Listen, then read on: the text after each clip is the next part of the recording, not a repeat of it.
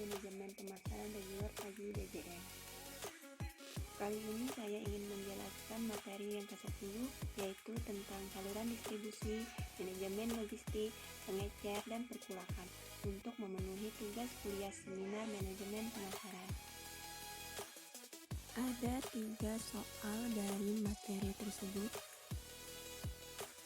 1. Mengapa perusahaan menggunakan saluran distribusi dan menjelaskan fungsi-fungsi yang dijalankan saluran distribusi ini? Karena diketahui bahwa terdapat beberapa unsur penting dalam saluran distribusi, yaitu 1. Saluran distribusi merupakan jalur yang digunakan produsen untuk memindahkan produk mereka melalui suatu lembaga yang dipilihnya. 2.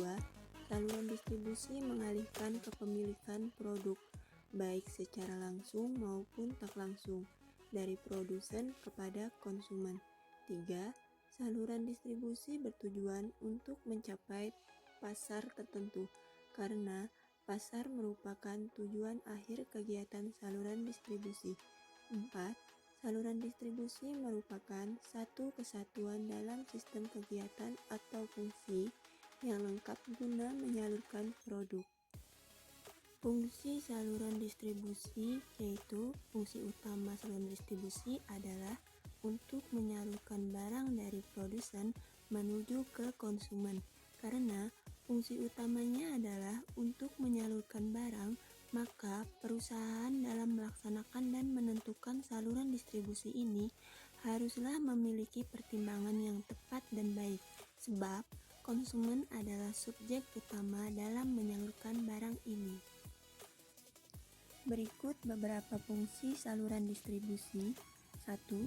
Informasi atau information, mengumpulkan dan mendistribusikan riset pasar dan informasi-informasi penting tentang konsumen dan pesaing untuk perencanaan dan keputusan pemasaran. 2.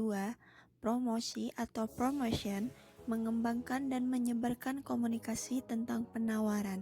3. Penghubung atau contact, menemukan dan berkomunikasi dengan calon pembeli. 4.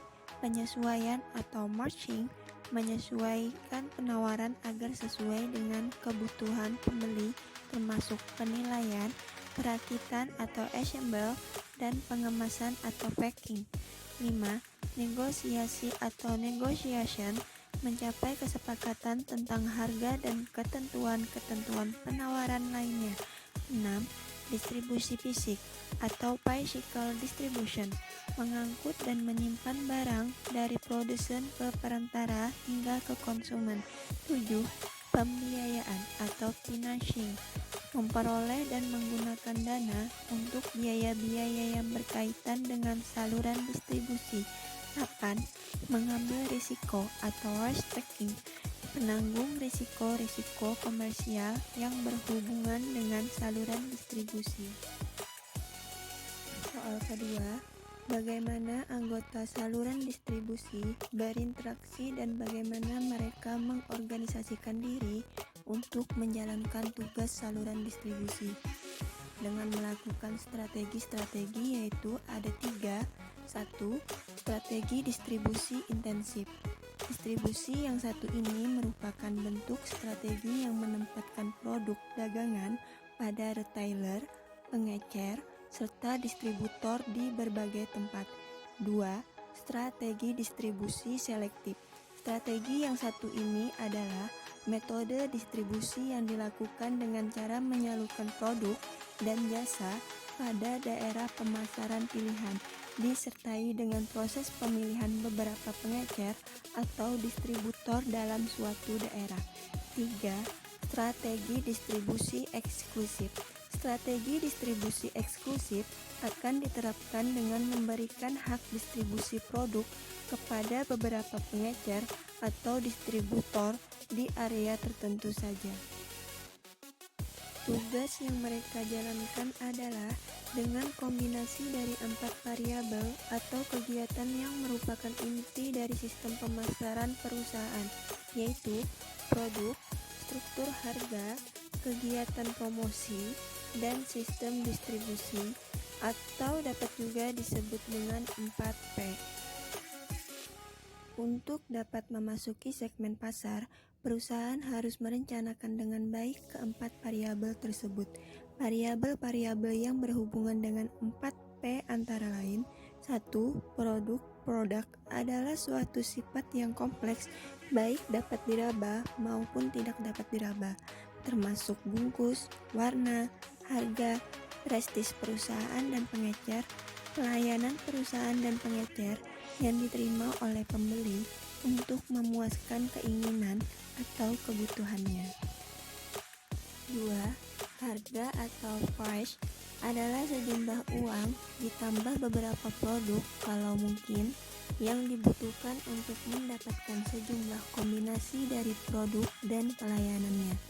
3. Distribusi price adalah proses penyaluran barang yang digunakan produsen kepada konsumen atau pemakai industri. 4. Promosi atau promotion adalah arus informasi atau persuasi satu arah yang dibuat untuk mengarahkan seseorang atau organisasi kepada tindakan yang menciptakan pertukaran dalam pemasaran.